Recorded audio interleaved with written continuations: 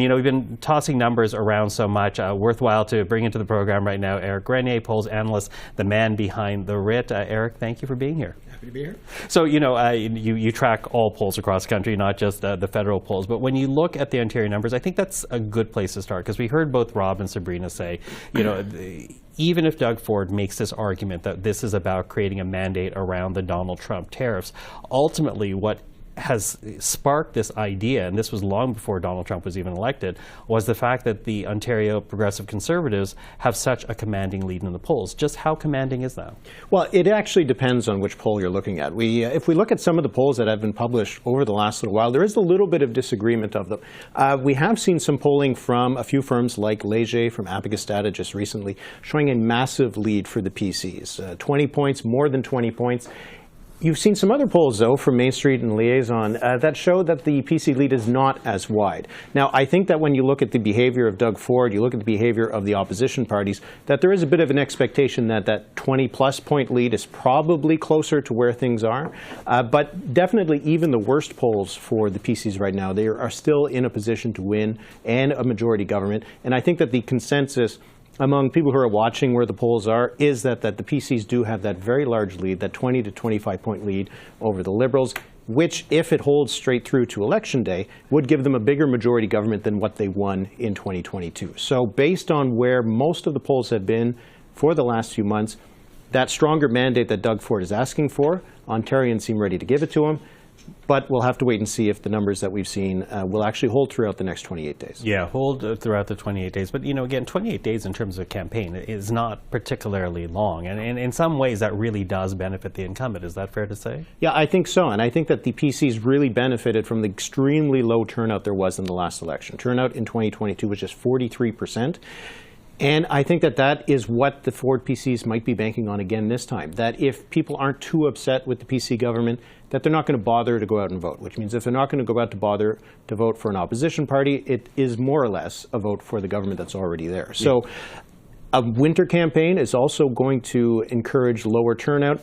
Expectations may be that there will be a federal campaign that might follow weeks after the provincial campaign is over. Another factor that could lead to lower turnout.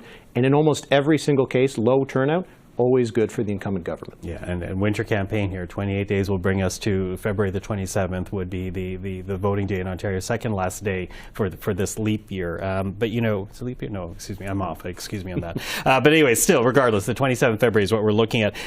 That said, you know, again, there's this argument around the Trump tariffs, but so much of modern campaigns is about the leader. Mm-hmm. And you have in here Doug Ford, well known to the people of Ontario, Writ Stiles of the NDP, leader of the official opposition in Ontario, Bonnie Crombie, leader of the Ontario Liberals, arguably not as well known. What did the numbers say about leaders' impressions? They do show that both Bonnie Crombie and Writ Stiles have a lot of work to do to become better known among Ontarians. I would say even the best of times, Andrea Horwath, who was the opposition leader for a long time, most Ontarians did not know who she was, even if she had been in that position for a decade. So Writ Stiles and Bonnie Crombie will have a big challenge to get better known. It is an opportunity for them, of course, because as more people get to know them, maybe they will like what they see. But what we've actually seen over the last little while from Doug Ford is very interesting and also indicative of why they'd want to go to an early campaign. If we look at the polls throughout 2024, Doug Ford is routinely one of the most unpopular premiers in the country, usually a 2-to-1 margin of people who dislike him or have a negative opinion of him versus a positive one. And since he's taken on this Captain Canada role over the last few weeks, his numbers have improved significantly. And most of the polls that we're seeing now show that a roughly even shares of Ontarians either approve or disapprove of the premier. And that is a huge improvement for Doug Ford. And we've seen that in the past. Going into 2022, seemed to be very unpopular based on the numbers, but during the course of the campaign, his numbers improved. He's already starting at a pretty good position, and I think that it does show that the angle he's taken on the Trump tariffs could work for him pretty well over the next few weeks. Okay, so how big of an issue do you think the Trump factor will be in this campaign? You know, it does allow Doug Ford, and I'm thinking about the First Minister's meeting a couple weeks ago where he showed up with that baseball cap, "Canada is not for sale," which is quite frankly taken off for the company behind that baseball cap and that slogan. How much of the Trump tariffs is going to be a factor in this provincial campaign? I think it has a chance to be the major ballot box issue, and it might actually be a bit of a preview of the federal campaign as well, how much of an issue it's going to end up being.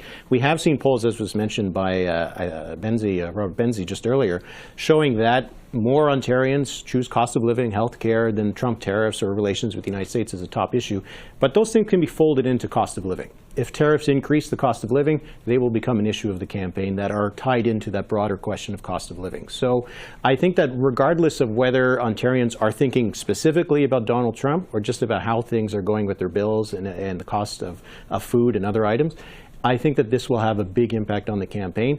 That is what the Ford PCs are hoping for, in a way. Like, they obviously would prefer there be no tariffs, but they're hoping that this will be the issue that they can carry through to Election Day.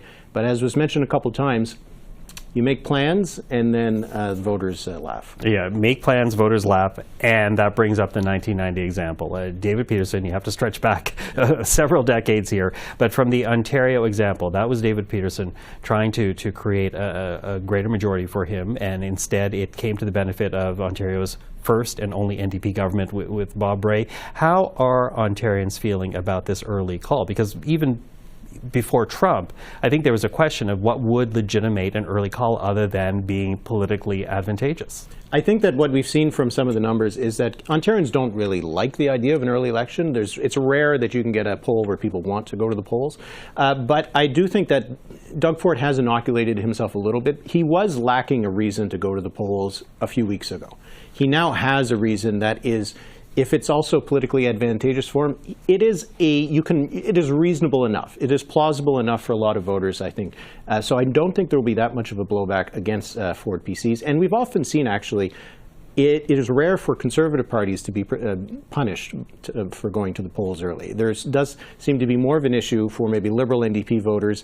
So I do think that it probably won't be a big issue. And over the next few days, a lot of people are going to talk about the fact that this is an early election, but by voting day, I don't think it'll be a big issue. Mm-hmm. You know, it's maybe we're circling back a little bit, but as I'm listening to you, I'm kind of wondering, where do you weight it?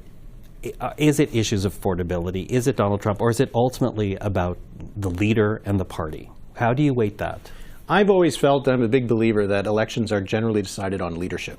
Because we've seen from there's been lots of research in political science about this, that how people view a leader is usually the first thing they think about when they think about what they think about an issue. That if Doug Ford, and they like Doug Ford, and he says this on an issue, they're going to agree with him on that issue. So I do think leadership is going to be the main issue of this campaign, because it always is. I think in the end, people vote with their gut, whether you trust this person to lead the province or the country for the next 4 years.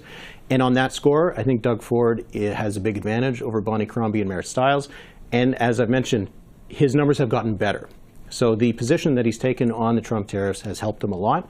And if he can keep it up for the next 4 weeks, then he can probably count on another majority government. Yeah, and arguably not great for the country, not great for Ontario. But if Trump makes good on the threat of a February 1st tariffs, it would feed into essentially the argument that we're hearing from Doug Ford as he calls this election. It has that potential. It also has the potential to raise the question of, was this the right time for an election? It is a bit of a gamble. It is a risk for Doug Ford and the PCs, but they seem to think that it's going to pay off for them.